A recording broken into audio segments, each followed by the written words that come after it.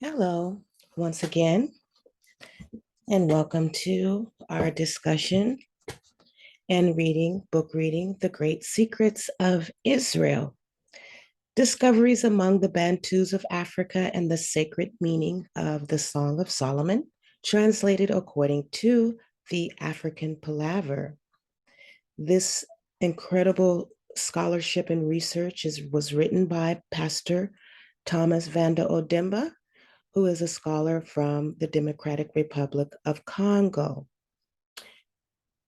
This presentation is brought to you by Operation Isaiah 58 Biblical Literacy Institute, where we are reading critically as a righteous act.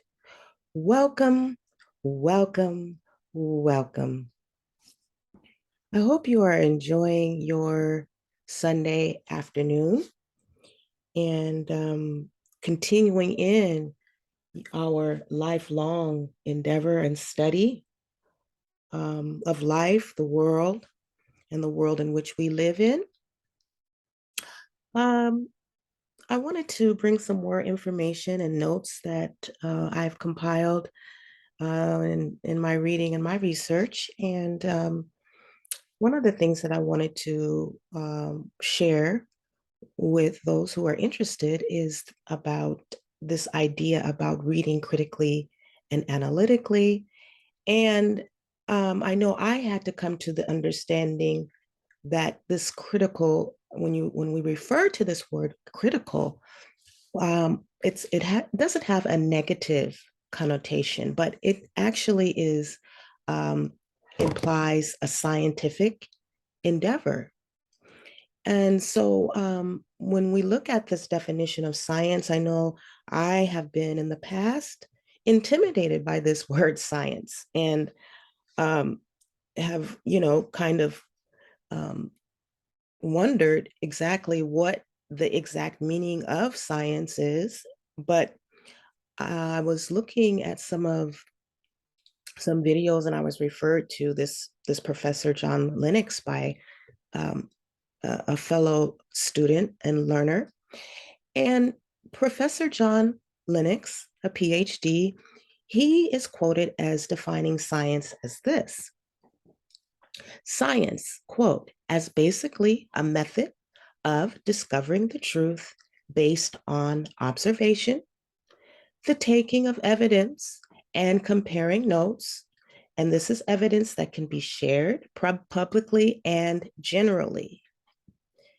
So this is a very simple definition of science. And when we refer to the scientific method, this is what he states, that this professor of mathematics, Dr. John Lennox. It's just this, simply this: discovering the truth based on observation. And then you're taking your notes, you're getting the evidence, and you're comparing the evidence, and then you share your evidence. So this is why we say we are reading critically or scientifically, and that it is a righteous act, because in Romans chapter 12, verse 2, it states, and be not conformed to this world. And we know that this word here, by analysis, that this world is not the literal physical world, but we're talking about the Greco-Roman Hellenized world, the world of Hellenization. So we are not to be conformed to the Western world, but be transformed by the renewing of our minds, that we may prove what is that good and acceptable and perfect will of God. And some of you who have been following this discussion, when we look up that word prove in the dictionary, it's, as we all know, without even looking it up in the dictionary, it means to get evidence. Right, that's right, to get evidence. And so when we say reading critically as a righteous act, that's why we're saying that the scientific endeavor, yes, indeed, is a righteous or a just act. It brings about justice. And we know, as is very well known and very well said, that without justice, there will be no peace. And I like to add, without the truth, there will be no justice. Now, I wanted to bring this word back up into this discussion. A reminder, some of you who have been following this discussion, um, we've gone over this word peoplehood. And I wanted to, as we continue our reading of this book, to remind learners and students that, this identity empowerment series is about this word peoplehood. And the definition of peoplehood is, number one, the fact or state of being a community of people of shared race or nationality, often with the implication of associated status or rights. And here is a sentence using the word: they desire to have their peoplehood recognized constitutionally. So it's also an awareness of one's identity as a member of a particular group.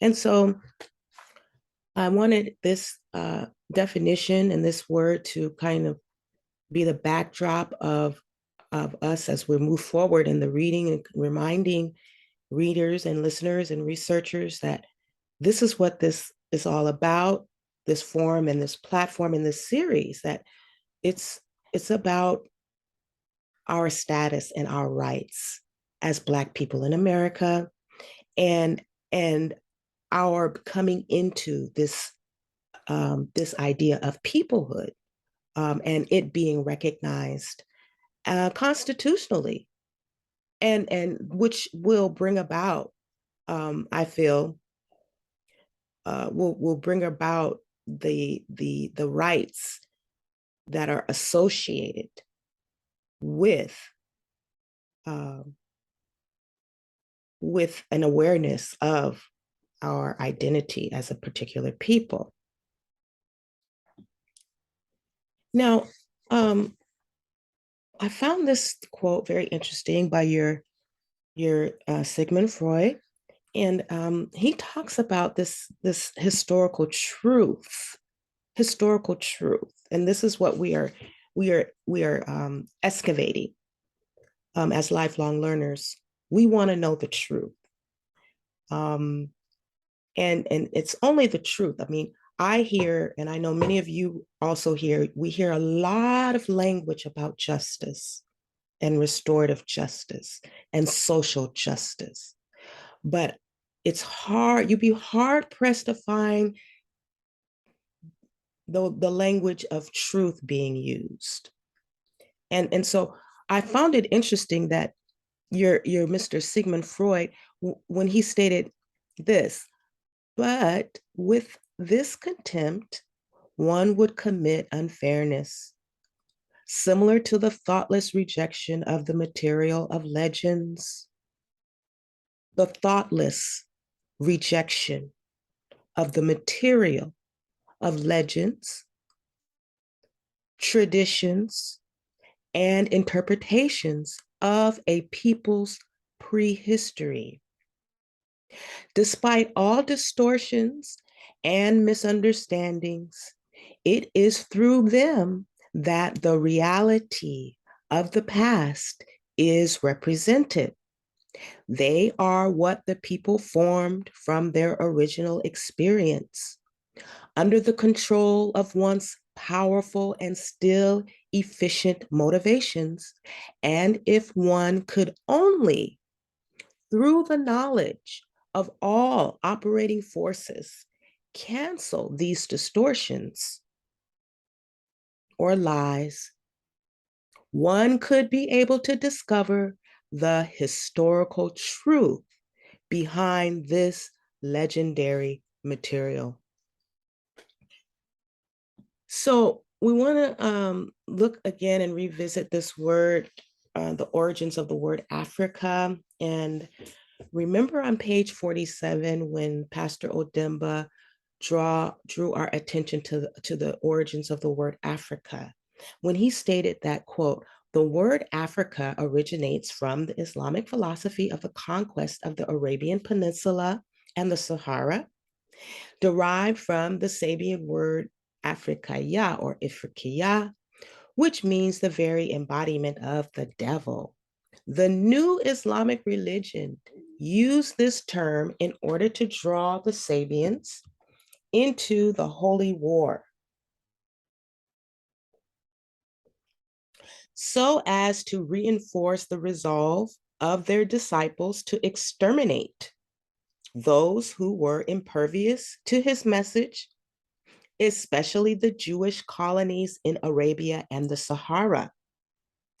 Up to this time, Islam considered all the Jews as Ifriquya. That means those who have rejected the truth. Okay? The Turks were the first to use the word in commercial context for slaves from Africa on their way to Europe. This happened at the port of Ifriquya in Tunisia.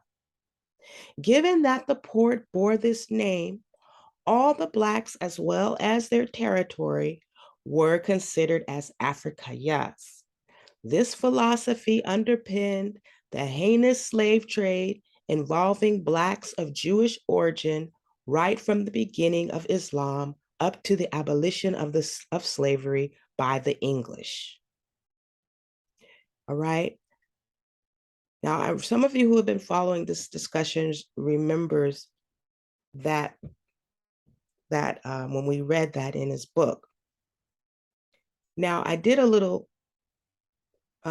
searching, and all praises to the Most High. I was able to find this information, this historical truth that your Mr. Sigmund Freud was speaking about.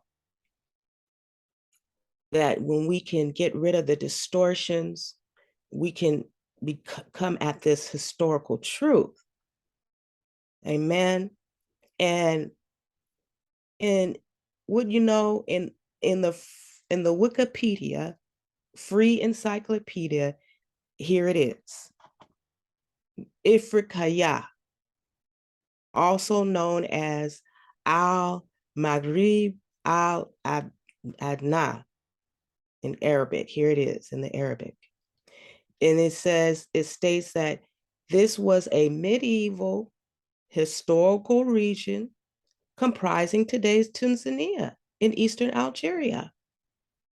Isn't that interesting? So this is just support of Pastor Odemba's when he was talking about the port in Tunisia. And so I found this this information that, in fact, indeed, yes, it is a region that is in Tunisia. And it goes on to state that it includes all of what has been previously been the Byzantine province of Africa Proconsularis, and extended beyond it, but did not include the Mauritanias. Okay, so it goes on to, to talk about this region, which is today's Tunisia. Now, look at this information. We're talking about the historical truth. Now, I found this in the latinlibrary.com, imperialism notes on the Islamic chronology. And this is the Islam under the Islam and Europe timeline between 355 to 1291 AD. And wouldn't you have it, the entry of 652, it states thus: Sicily is attacked by Muslims coming out of Tunisia, named Ifriquya by the Muslims, a name later given to the entire continent of Africa. Okay, so this is some more important documentation, historical truth that supports Pastor Odemba's, what he was stating, the origins of the word.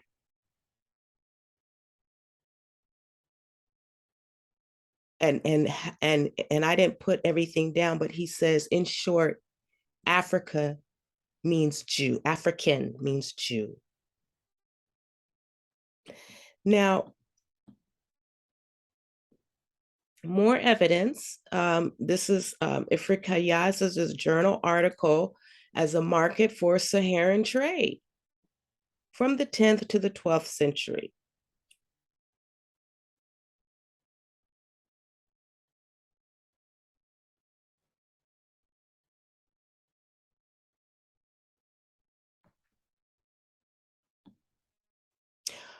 Okay, so let's continue on with the reading, The Great Secrets of Israel, chapter 1. I wanted to kind of recap and give some context to this information that I wanted to bring out about what we are discussing, and get some more, bring some more shape and clarification to our method and reasoning and the arguments that we are putting forth, and Pastor Odemba is putting forth, and we are putting forth, and the arguments that are for and against, and the arguments that are challenging our positions.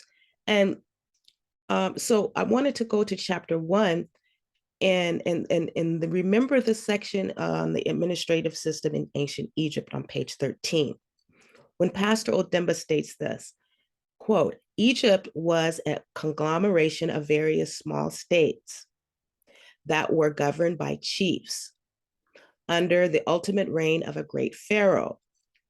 Now, pay attention to these words, states. And the structure can still be found in the Bantu states beyond the Nile Valley in central and southern, in central and southern, that are made up of people who came from Egypt of antiquity following the Nile, specifically in the Katanga, Shaba, and in the Congo Basin, which is currently the Democratic Republic of Congo, where the majority of the Egyptian kingdom settled.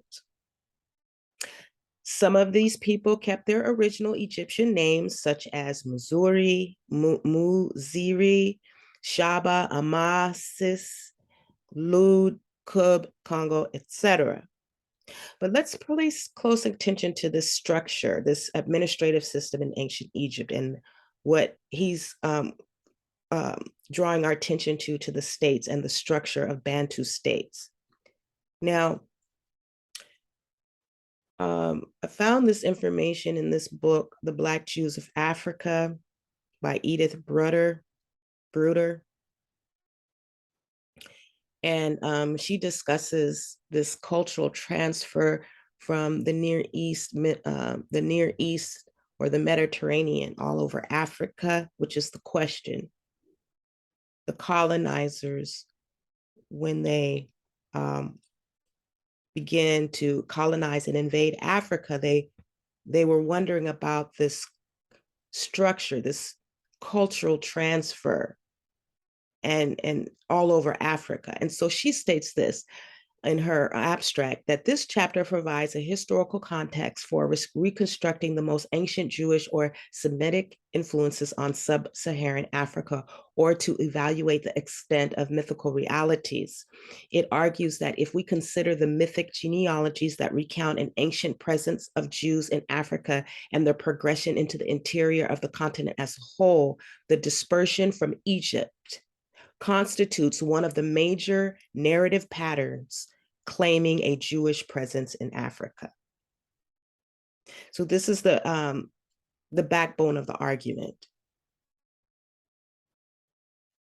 Dispersion from Egypt, or cultural transfer from the Near East or Mediterranean all over Africa. Now, when we're talking about this cultural transfer, this dispersion from Egypt, we are, here's another quote from The Founding of Kanem by Assyrian Refugees by Professor Dirk Lang. He states this, quote, that members of the German Cultural Historical School were convinced that states in West Africa originated in pre-Roman times as a result of Near Eastern or Mediterranean influences. They noted surprising similarities between the institutions of surviving traditional states. I should have highlighted that. All over Africa, and therefore believed in a vast movement of diffusion.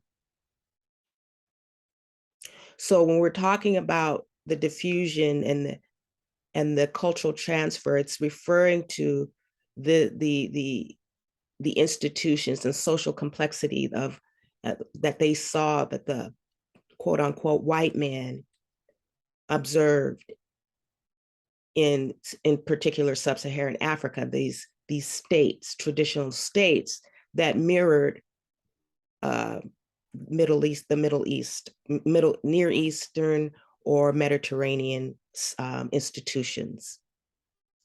So it's being discussed as a vast movement of diffusion or dispersion, this vast movement of diffusion or dispersion from Egypt or near the Near East. It's also being referred to, or the Mediterranean. Now,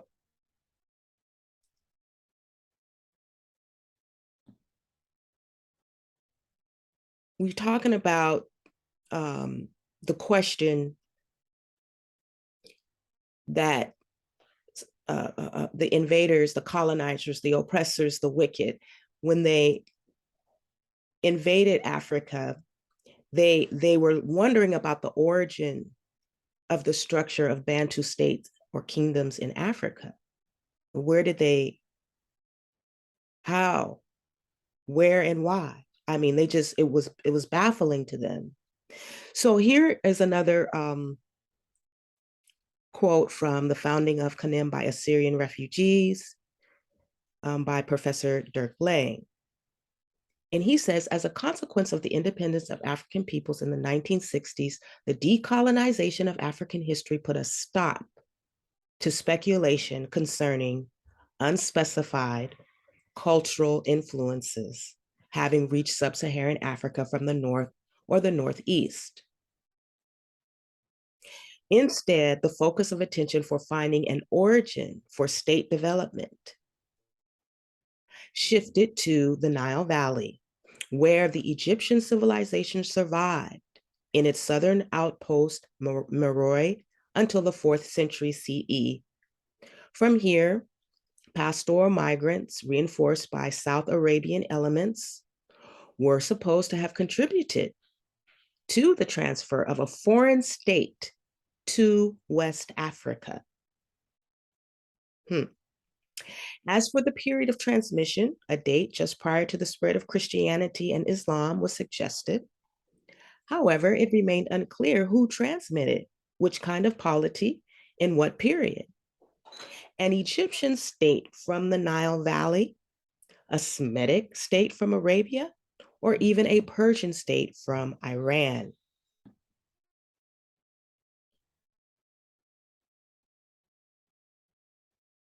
Now, he goes on to state this, talking about the origin of the structure of Bantu states. Ideas proposing migration or diffusion as the main vector introducing the state to sub-Saharan Africa. Okay, so these ideas of diffusion or dispersion, migration as the main vector for the introducing of the state to sub-Saharan Africa were also met with criticism due to the uncertainties concerning the time and the circumstances of the suggested cultural transfer. Though the structural similarities among surviving African kingdoms still await explanation, historians of the post-colonial period disregard the anthropological evidence and tend to explain the origin of kingdoms and complex societies by 3 different factors.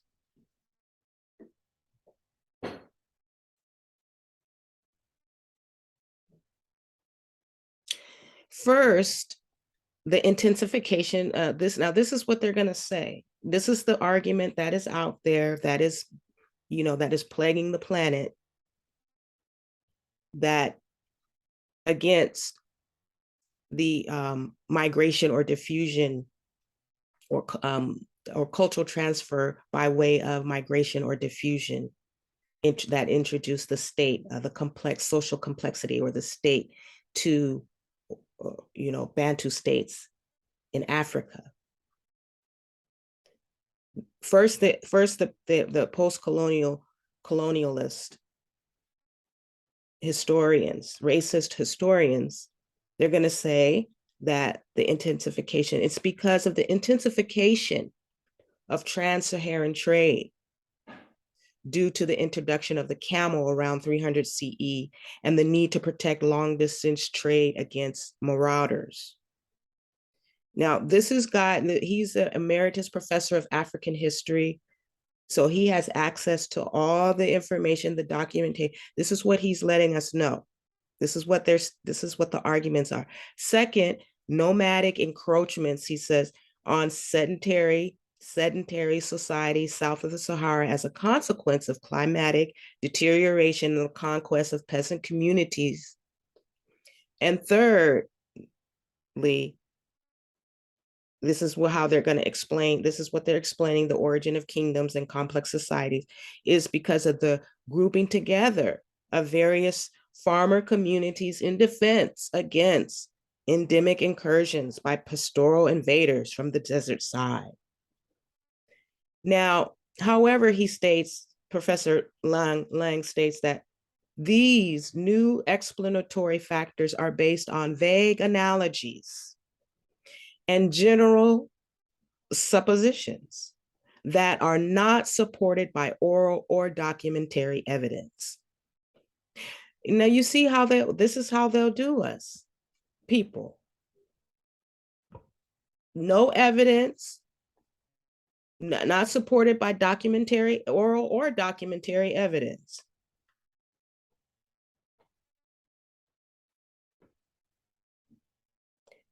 This is what Professor Dirk states when he's sharing with the people, we the people. This is what they're going to say to explain the origin of the kingdoms, traditional Bantu states and kingdoms in sub-Saharan Africa.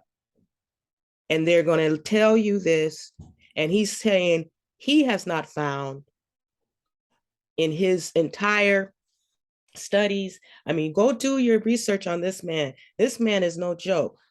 Look him up. He's online. There he states that it's not supported by oral or documentary evidence. So they just, they just making stuff up. The racist historians, the wicked, the oppressors, the colonizers, also known as. And he goes on to state they are a reaction against, just a reaction against the earlier diffusionist approach, but do not take into consideration the wealth of internal sources available in regions such as the Central Sudan, where the old kingdom survived into modern times.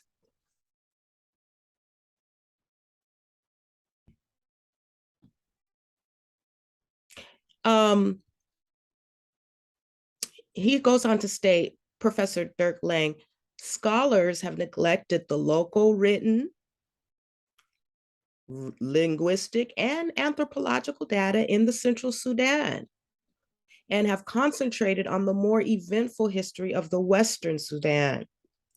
However, owing to the destruction of the well-known states of Ghana and the Songhai by conquest and the ruin of Mali in consequence of internal dissension, there are no significant documentary and institutional survivals providing insights on the history and organizational structures of these states. Therefore, the glimpses of the sacred kingships of Ghana and early Gao offered by Arab geographers cannot be complemented by any study of remaining state structures. Also in Ghana and Mali, there are no internal written documents that survived the collapse of these states. Such remnant historical texts and ancient organizational structures are, however, still to be found in the Central Sudan. As he said right here, Central Sudan. They don't want to look at this, he said. They don't want to look at the written and linguistic and anthropological data in the Central Sudan. But he's saying that there's still information and evidence in the Central Sudan, in despite of the collapse of Ghana and the and Mali, by do the conquest. He states that there you can still find evidence in the Central Sudan as the major states of the region have survived until the present day.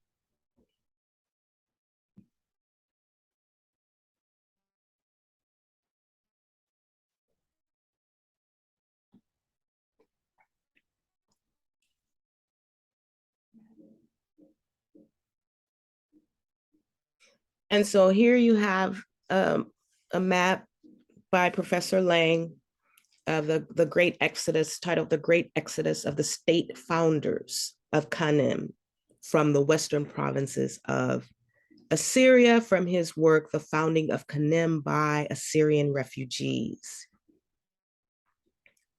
Right here.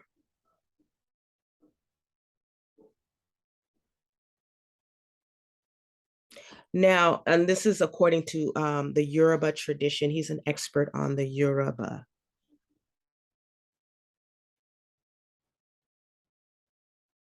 Okay.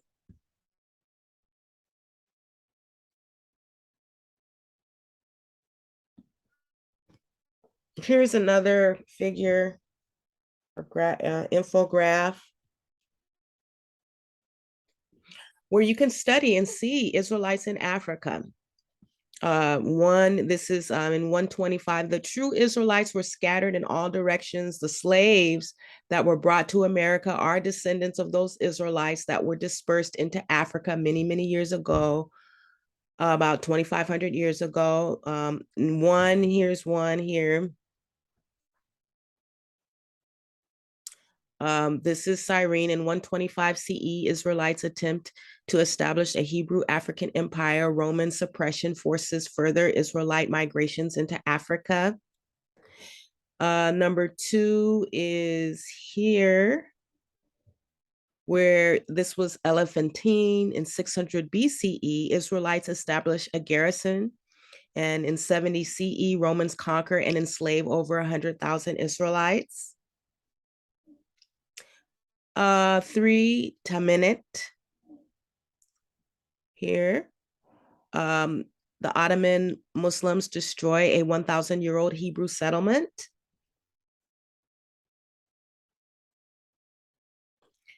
Ethiopia, 955 BCE, Menelik, supposed son of Solomon, and Queen Sheba established an Israelite dynasty that lasted almost 3,000 years. Number 4 is here.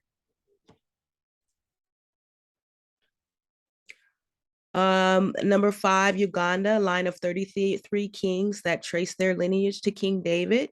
This is a Uganda tradition. In 640 CE, Israelite Queen Daya Kahina organizes an army to defend against Roman and Arab incursions into North Africa. Kazembe, 1831 CE, Semitic Africans whose king wears the mitra head wrap resembling that of the Israelite high priest. Number 8 is Marrakesh, 1000 CE to 1500 CE. Hebrews allowed to practice Torah during the Islamic period. It's here. Tangier, 1150 CE, Israelite sanctuary established the, Beni Musa, sons of Moses. Kamnuria, medieval Hebrew state north of the Senegal River. Ghana, 300 CE, Hebrew dynasty established by Zael Yamini, lasts about 1,000 years, finally known as the Songhai Empire. Lamlam, 12th century Hebrew kingdom, 200 miles east of Timbuktu. And the Niger River, about 1857, princesses descending from the kings of the ancient Israelites.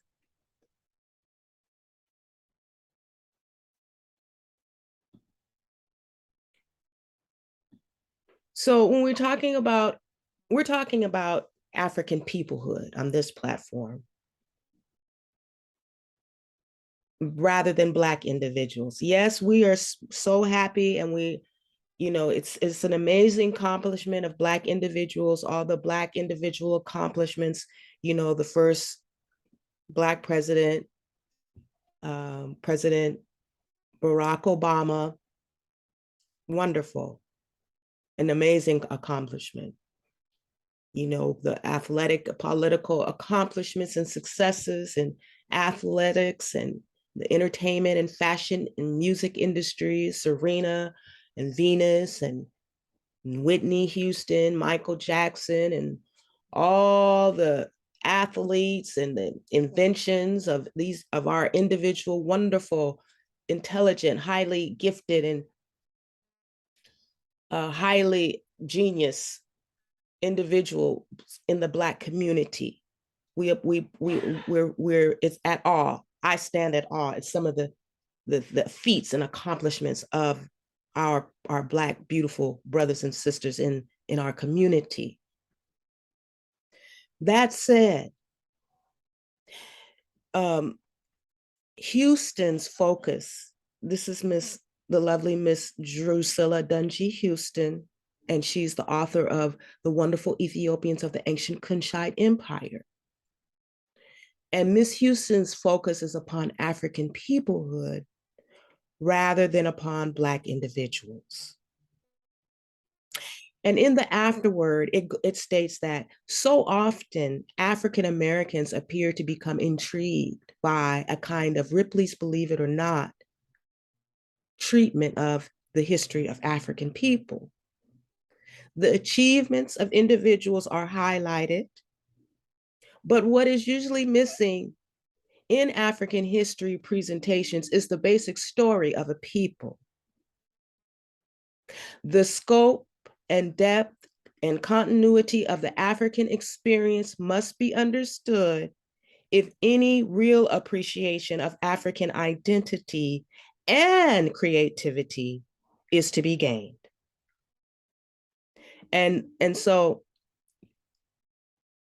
we have to look at this, and we have to look at this, and we have to look at the structure of Bantu states and other things that we are discussing on this platform, so that we, can come to this, as the definition states, awareness of our identity as members of a particular people,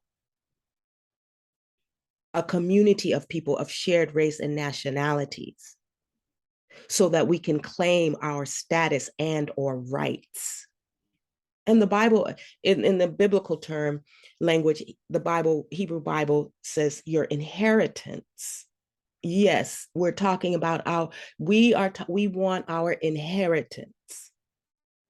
And until we have put this puzzle together of our identity and our peoplehood, and it is recognized constitutionally, then we're going to continue to see the disasters, the outcomes that we see today, is my belief. So again, we are reading critically as a righteous act, and this is the Identity Empowerment Series discussion number 13. Now, I want to to also bring this information out about um, what this work, Pastor Odemba's book, The Great Secrets of Israel, and how his arguments and the information that he's bringing to the table is really an information that is attacking or exposing this theology called replacement theology. And some of us already are aware of this information, but for those of us who are not aware, this is the ideology, the lie that is plaguing the planet currently and is causing the mayhem that we see today in the minds of the people, and then of course in their actions. It's called replacement theology, and it's simply this in a nutshell, according to Wikipedia, also known as suppressionism.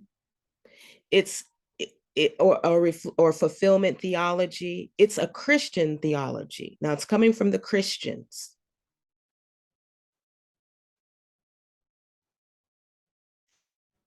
According to the Wikipedia, the free encyclopedia, they say that this is a Christian theology, which asserts that the new covenant through Jesus Christ has superseded or replaced the Mosaic covenant exclusive to the Jews. And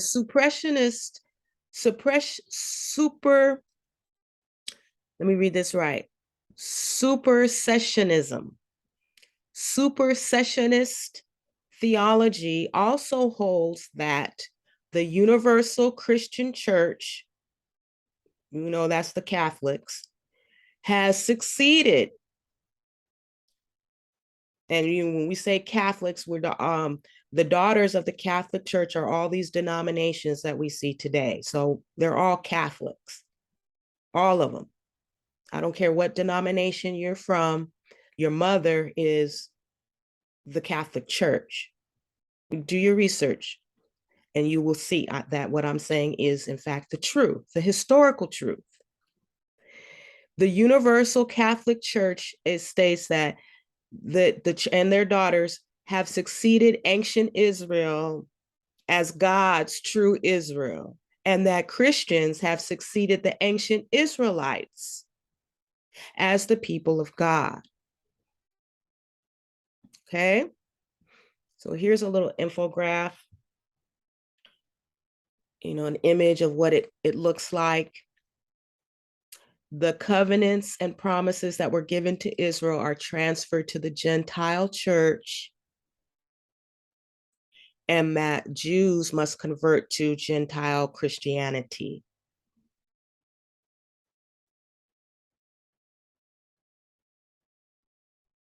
It's a very, most of us grew up in the Christian church, and if you ever get delivered from that ideology, from the clutches, you will know that there is indeed a God and he has all power. So Pastor Odemba speaks on replacement theology, and I wanted to bring some information out of what he says about this replacement theology. And he's quoted as stating this. He says, first, there are two theories that you must erase from your mind. First, you have to remove the idea that there are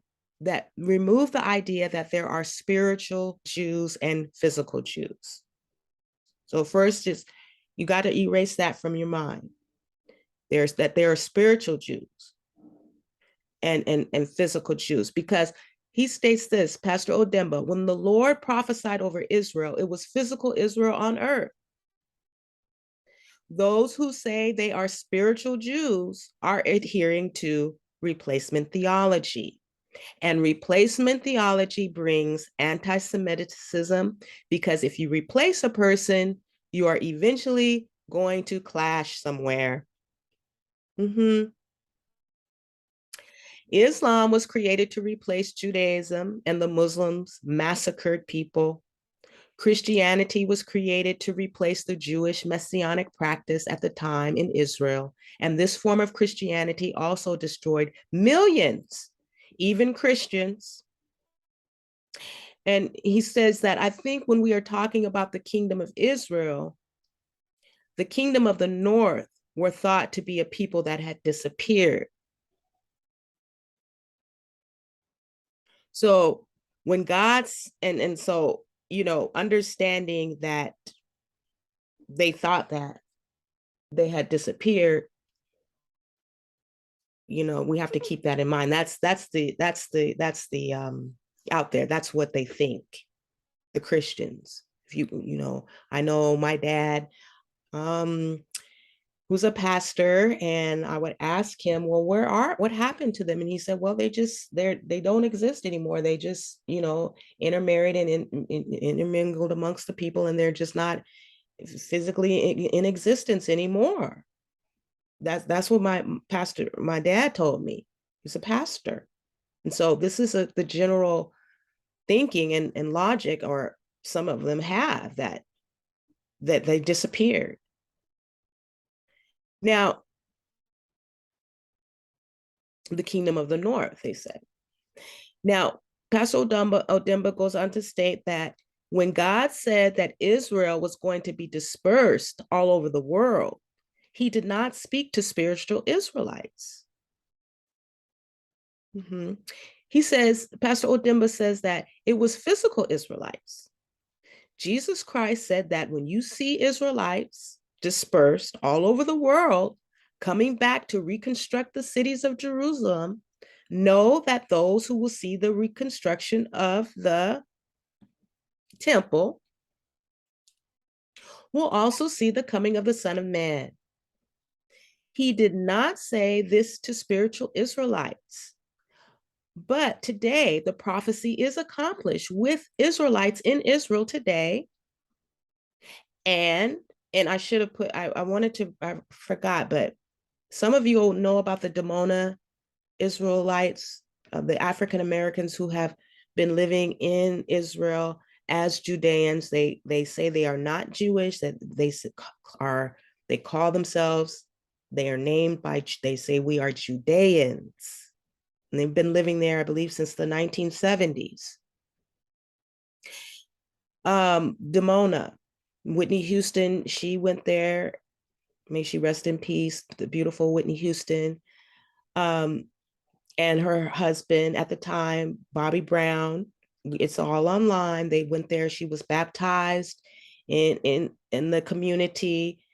And from what I understand, the leader he told Miss Whitney Houston, to not to go back to United States, and for her that she should stay there. And she decided, she chose not to, but yeah, it's a beautiful community in Israel right now. They're living there. You can look at it's online. The Damona Jews. Some of you already know about them. Damona Jews in Damona, Israel. And so, and even Whitney Houston, if you find the video, I might try to look it up and bring it in on the next discussion, where they asked her, the reporters, when she got there, and they were like, how do you feel, what do you think? And she said, and they's like, what do you, and she said, it's beautiful. She said, it feels like home. Those were her words. She said, it feels like home. And so he says that when you see him coming back, the Israelites, he said, this is accomplished with Israelites in Israel today. And even some of the Bantu Africans are there now, living, going back, visiting. A lot of people, even African Americans, are going to Israel and living there now. It's all online. It's all available. This information is not hidden anymore. We can all do our research and find out. It's happening right now as we speak. As the um, the writer, the songwriter said, the revolution is not going to be televised. The revolution is happening live. I forgot who it was who sang that. Some of you all know who it was. It's not going to be televised. It's happening right now. And he said, and Pastor Odemba states this, that Israelites are in the Israel today. And he said, when you see that I will fortify Jerusalem and extend my hand and take those that are in Africa as well, it is not spiritual Israelites. And he states this, Pastor Demba states, it is the revelation that he has given us now to enlarge those borders. They are in Africa, based on this scripture in Micah chapter 7, verse 11. The day for building your walls will come, the day for extending your boundaries. And Elder Odemba says the pastor that does not participate in the reconstruction of Israel is on the other side, because Jesus said, you will see Israel led away captive into all nations, and you will see that I am going to bring them back to Israel. And this is what scripture that Pastor Odemba is using to support what he's stating in Jeremiah chapter 32, verse 37. Behold, I will gather them out of all countries whither I have driven them in mine anger and in my fury and in great wrath. And I will bring them again unto this place, and I will cause them to dwell safely. And again in Jeremiah chapter 23, verse 3, and I will gather the remnant of my flock out of all countries whither I have driven them, and will bring them again to their folds, and they shall be fruitful and increase. And again in Jeremiah chapter 16, verses, this is the one I love. It just, when I read this, I said, my. Jeremiah chapter 16, verses 14 through 16. He said, therefore, behold, the days come, saith the Lord, that it shall no more be said, the Lord liveth, that brought up the children of Israel out of the land of Egypt. But the Lord liveth, that brought up the children of Israel from the land of the north, and from all the lands whither he had driven them. And I will bring them again into their land that I gave unto their fathers. Behold, I will send for many fishers, saith the Lord, and they shall fish for them. And after will I send for many hunters, and they shall hunt for them from every mountain and from every hill and out of the holes of the rocks. All right. This is in the Bible. So, therefore, Elder Odemba states that if you do not participate in the reunification that Jesus is doing right now for his return, then I think you are participating with the reunification of the adversary, the oppressors, the colonizers, the wicked, the Hellenizers, the Greco-Romans, the enemies of the traditional enemies, the Hamites who don't repent, the traditional enemies of Israel. That's who he says. You are a part. You are in that world. You are in the world of this world. You're helping to reunify and unify the adversary, them, and they're fighting the return of the Lord. And that's what Pastor Odemba states. And he said, if you are a Christian, then you have to work in harmony with prophecy and the Lord. Interesting, isn't it? So, just to, going on about this is some interesting information about this replacement theology. It's a Christian ideology, Christian beliefs. They believe it.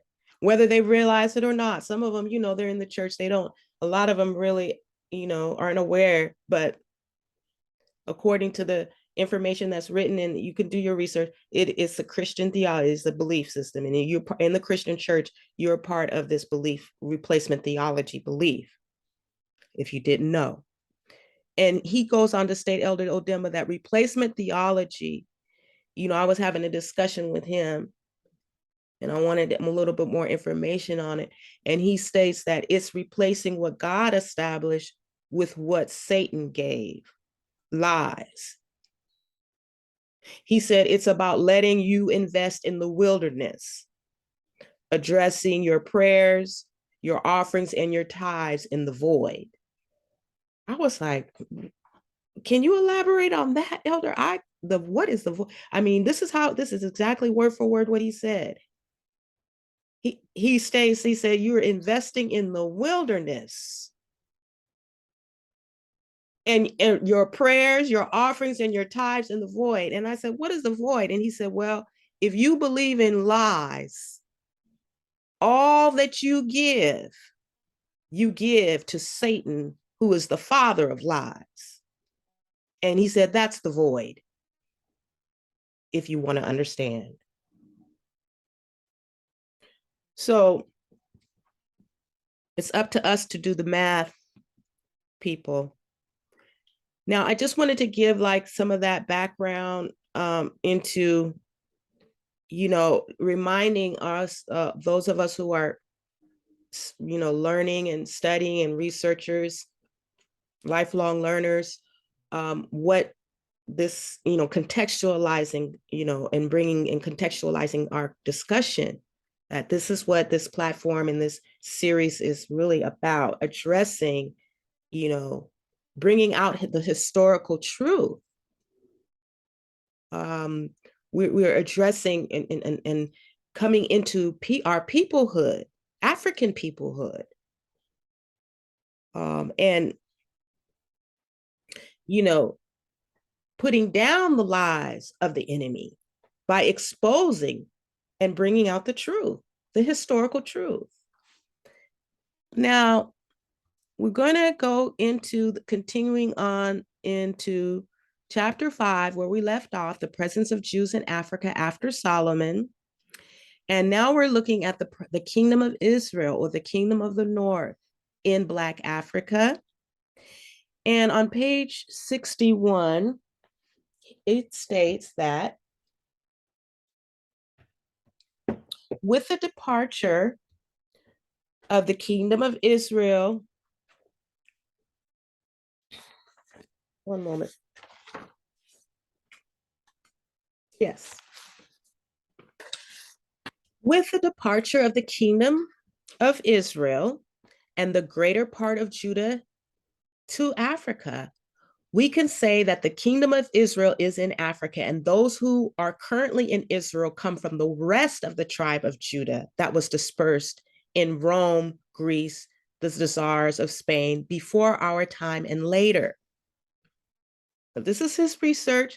This is what Pastor Odemba is saying about those ones that are in there, the white ones. Now, there's some controversy. I already know about the ones that are the white people that are there now, and I'm not going to go into that on this in these series of discussions, because of course this is about Pastor Odemba's research and studies. So Pastor Odemba states that those who are currently in Israel come from the rest of the tribe of Judah that was dispersed in Rome, Greece, and the Spain before our time and later. And this becomes clearer when Jacob prophesied on the position of the two groups by saying in Genesis chapter 49, verse 8, quote, Judah, your brother shall praise you. Your hand shall be on the neck of your enemies. Your father's sons shall bow down before you. Interesting. Now, it goes on to read, the first enemy was the West, Rome. and the second, the Mamelukes. These were to the north of the Roman Empire. So we're talking about your hand shall be on the neck of your enemies. Now, the first enemy, Pastor Odemba alerts us to the fact that the first enemy was the West, Rome, and the second, the Mamelukes. These were to the north of the Roman Empire. Joseph was going to be behind the wall, he states. In fact, in 1350, the Turks, in the Turk operation, together with the Mamelukes, had raised a human wall from the north of Senegal up to Somalia after having sacked the Jewish community from the Sahara and Ethiopia. They placed the pool at the north and the Tutsi, Somalians, Ethiopians, and Eritreans to the east.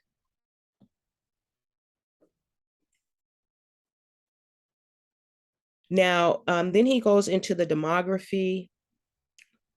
Several passages in the Bible indicate that the Jews will be like the sand at the seashore. And these are all his references here, which I did not.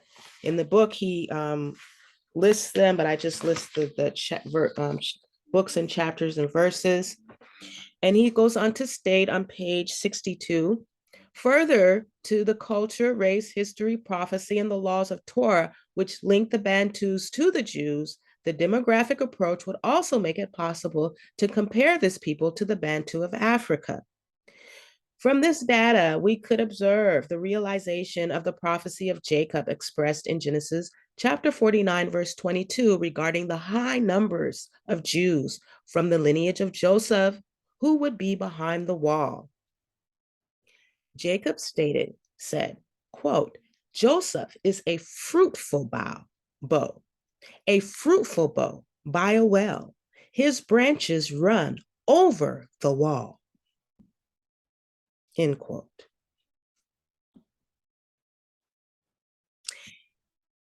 It continues to read, 3 elements can be observed from this passage, apart from the fact that these Jews were going to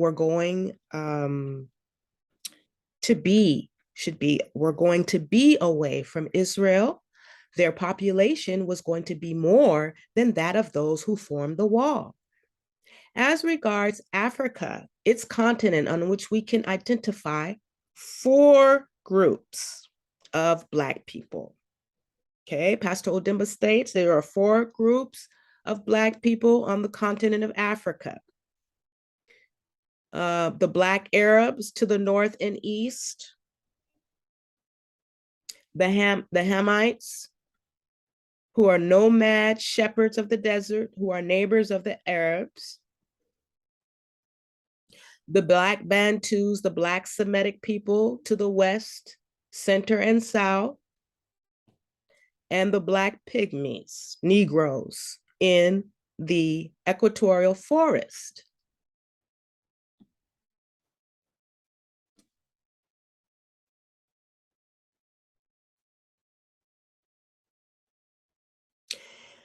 So this is an image that I found. I thought it was cute, that kind of summarizes this idea. The Bantu arrive in Africa and they intermarry with Pygmies. Then you have this population and land increase, 500 BC to 500 AD, and then more on 1000 AD, population and land increase. So cute. Now, the first 3 groups, Pastor Odemba states, are the most important in terms of their population, and that is the Arabs, the Hamites, and the Bantus. However, all of them occupied Africa in waves of migration and invasion from the north and east towards the south, with the exception of the Pygmies and other Bantus from Egypt, and Nubia, who we include in the Jews in consonance with the principles of the Torah, Deuteronomy chapter 23, verse 7. And I didn't look that up, but I want to take the time now, please bear with me, to look that verse up. Deuteronomy 23, verse 7. Oh, it states that it says, thou shalt not abhor an Edomite, for he is thy brother. Thou shalt not abhor an Egyptian, because thou was a stranger in his land. All right. So they occupied the center because of the push from the first two groups that drew along with them, the fourth groups, namely the Pygmies. It continues to read, we could therefore affirm that the Jews started to settle in Africa from the time of Joseph. The 10 states that made up the kingdom of Israel, the northern kingdom, came to join those who were already in Africa. The defection of the kingdom of Judah brought a sizable number of people from this kingdom in 3 groups. The last group was the one that came from Arabia and Yemen in Central and Southern Africa because of the Islamic conquest. It could be understood that each move brought millions of people to Africa. After the Bantu Jews came the Hamites and Arabs during the 7th century. During the 12th and 14th centuries, the Turks and Mamelukes came in large numbers and formed the human wall between the Arabs and Bantus. It was after this wall that a greater population of Bantus was formed. In all the African countries, Bantus far outnumber the other ethnic groups despite the numerous massacres that this people encountered on the continent. Now, in terms of the cultural and linguistic unity of the Bantus, Pastor Odemba goes on to state that the African Bantus are composed of a multiplicity of families, which over the years became big tribes. According to the great African Egyptologist, Sheikh Anta Diop and Theophile Obenga, the people speak the same language and share the same culture from Senegal to South Africa. And that's, I know, to be true. You ask any of the Bantu Africans on the continent, from the continent, they will say the same thing, that we're all the same family. We have the same culture. We speak the same language. You know, of course, there's a different, um, you know, a little bit of differences here and there, but for the most part, they are the same group of people, same family. Just like the African Americans in America, and you know, those Black people who are also in Livingston, Guatemala, and Central America, Brazil, all over. We are the same people. Now,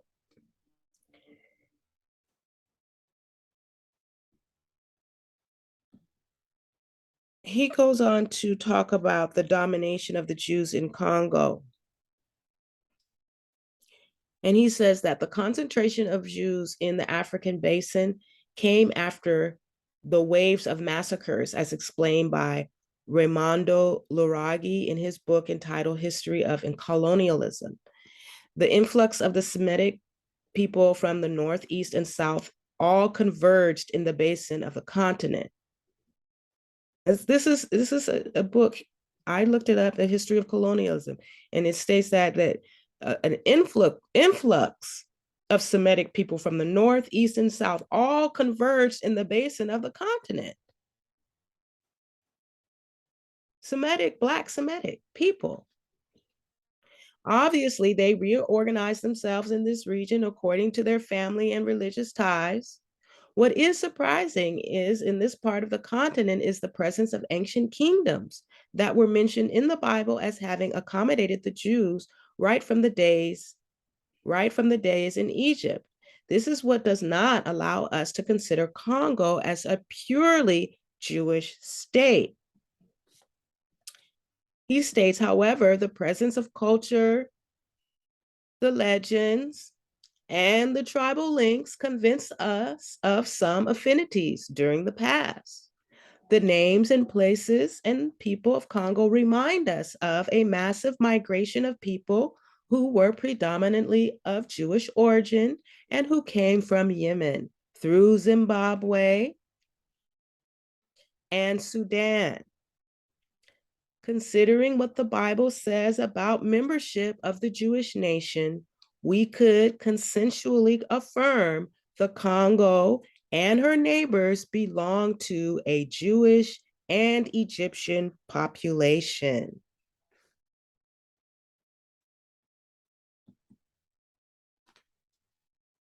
Okay, and now the next section is the toponymy and anthroponymy in the Congo. And he states, Pastor Odemba, that the presence of the Jews in Congo remains a hypothetical subject as long as it cannot be justified by toponymy and anthroponymy. This is because names of places and peoples are the factors that determine the presence of a particular people in a given area, although history, prophecy, civilization, culture, and the race Semite portray features of Jews all over Africa. So even though he's saying, the history, the prophecy, the civilization, state structure and complex social complexity and the culture and the race, Semite, they all portray features of Jews all over Africa. But in addition to this, we're going to go into place names, the study of place names, toponymy and anthroponymy on top of all this. Names of some African countries and towns were formerly Jewish camps that, with time, became names of villages, towns, cities, and countries. These names were either names of people or places that could be found in Israel. Very few of them were Egyptian names. Now, I'm just wanted to, for some of us who are not aware that of what toponymy means, it's the or toponymics, toponomastics. It's the study of proper names of places, also known as place names, and geographic names, including their origins, meanings, usage, and types. Toponym is the general term for a proper name of any geographical feature, and full scope of the term also includes proper names of all cosmographical features.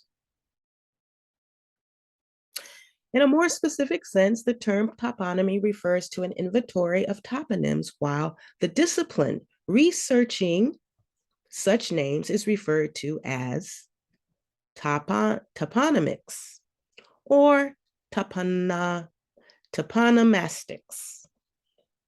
Toponymy is a branch of onomastics, the study of proper names of all kinds. A person who studies toponymy is called a toponymist. Anthroponymy is a branch of onomastics.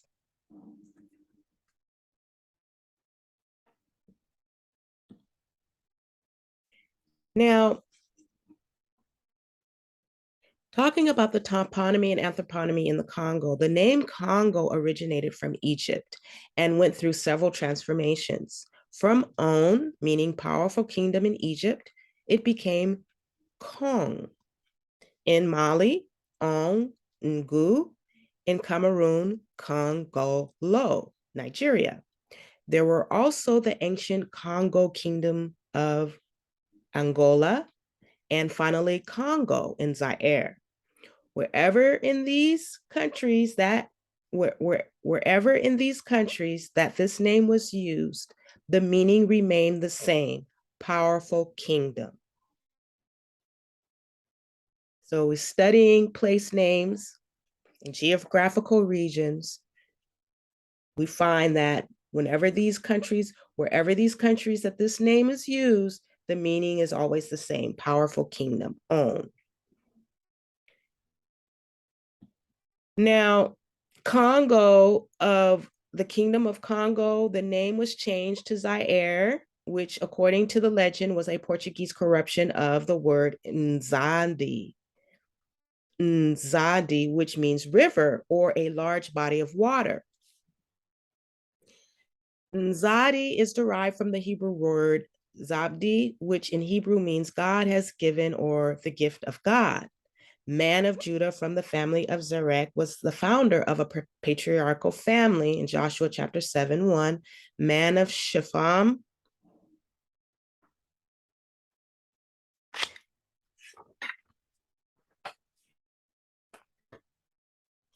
proposed under King David for the management of the wine reserves in the vineyard.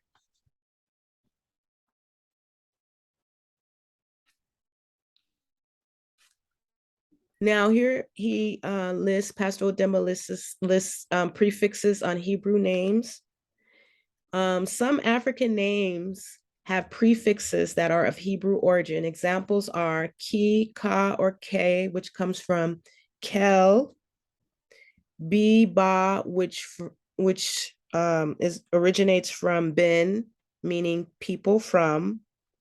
So or sa originate from sai, which means the land of. Inga or Ingu, an Egyptian name which means the chief of. Now, the application of the Hebrew prefixes to the name of the city of Kinshasa in the DRC.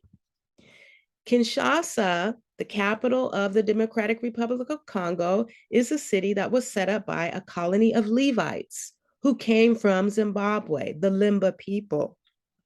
The real name of this sacerdotal town is Banza Limba, which still exists at the foot of the hill on which the University of Kinshasa was built. Just like other Jewish sacerdotal towns, the legend of Kinshasa is in consonance with what the biblical dictionary says about Kushaja, Kushaja, the pronunciation in the local language. A Levite of great stature.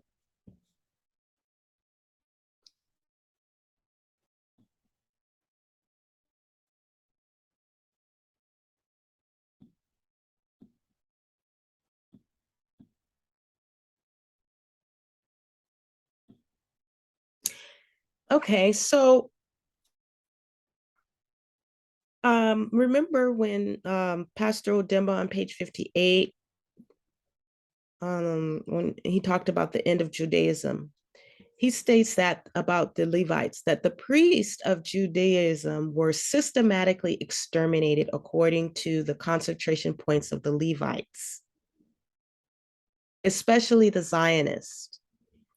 This strategy made it possible for the it made it possible for the enemies of Israel to wipe any Jewish trace from the people, thereby forestalling the return of Israel, forestalling the return to Israel and the birth of a state like that of David and Solomon. Excuse my spelling errors here, but it should read that thereby forestalling the return of Israel, the returning to Israel, and the birth of a state like that of King David and Solomon, who had subdued other nations. It reads this: research has revealed that all the big slave markets were places where Judaism had been rigorously practiced.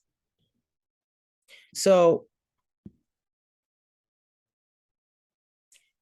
the extermination was according to the concentration points of the Levites.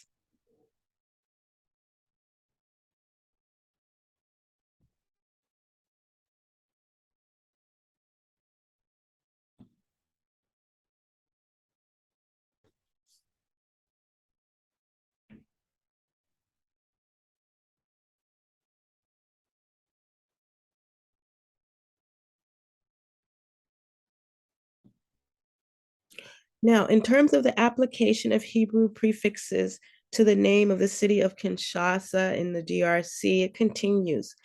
Kinshasa, the capital of the Democratic Republic of Congo, is a city that was set up by a colony of Levites who came from Zimbabwe. The Limba people. The real of this sacrediral town is Benza Limba, which still exists at the foot of the hill on which the University of Kinshasa was built. Okay, I read that. The university, like the University of Lovanium. The name Kinshasa, the capital of Congo, was used in Uganda as Ishasa. It is derived from Kushaja, which was a Levite from the family of Merari, First Chronicles 15, verse 17. This town is also called Malebo, which comes from Mariba of Marib. It is a city that is made up of 24 municipalities or communes, each of which has a Jewish name, names that can also be found in the communities and avenues of this town.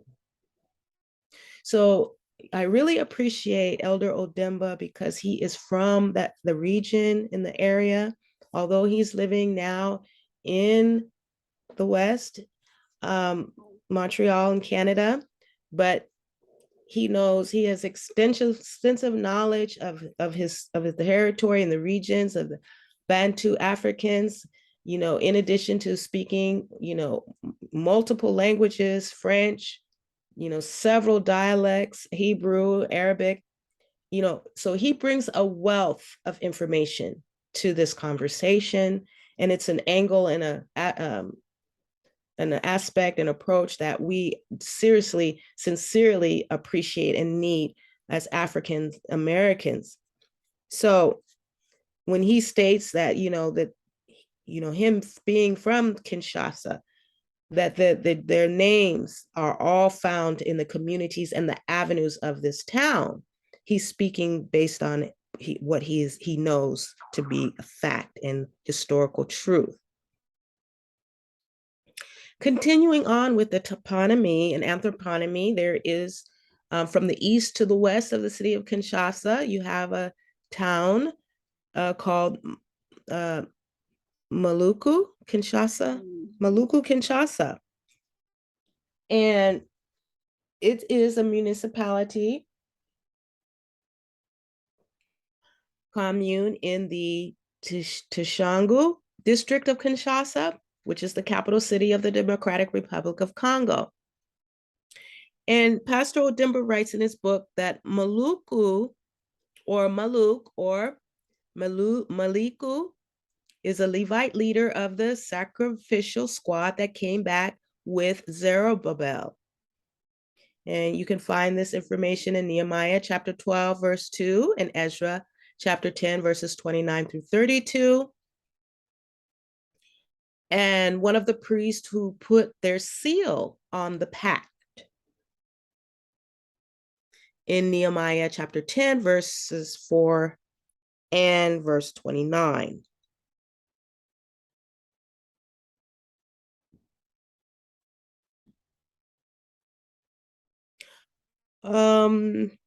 Also, there is Nsele. It's a municipality in the Tishangu district of Kinshasa, the capital city of the Democratic Republic of Congo.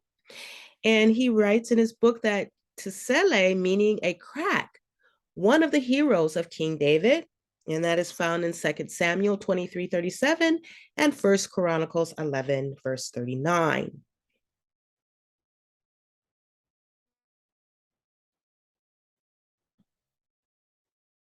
Okay, so that's going to conclude this discussion for today, discussion 13. And I hope that you got some good information that will help you to continue your studies and fill in the blanks, connect the dots even in your research. Thank you for your time. We are going to next time continue in the toponymy and anthroponymy, the study of place names, in Pastor Odemba's book, The Presence of Jews in Africa After Solomon.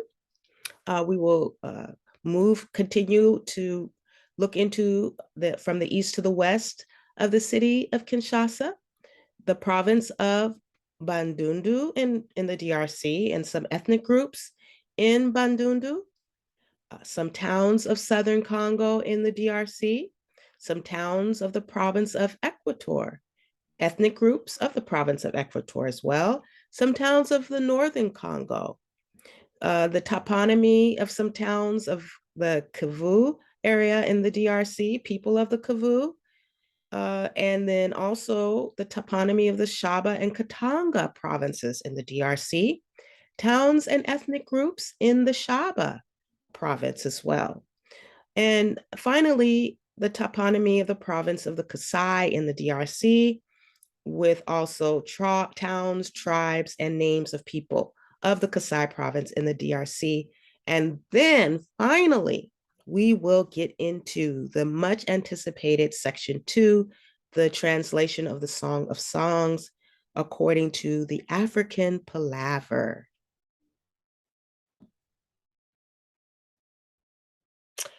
I will leave you with this final thought in Proverbs, found in Proverbs chapter 16, verse 16. How much better it is to get wisdom than gold, and to get understanding rather to be chosen than silver. Peace and blessings to all who love the truth, and ye shall know the truth, and the truth shall make you free. Thank you for your time. See you next time. Happy studying. Love you.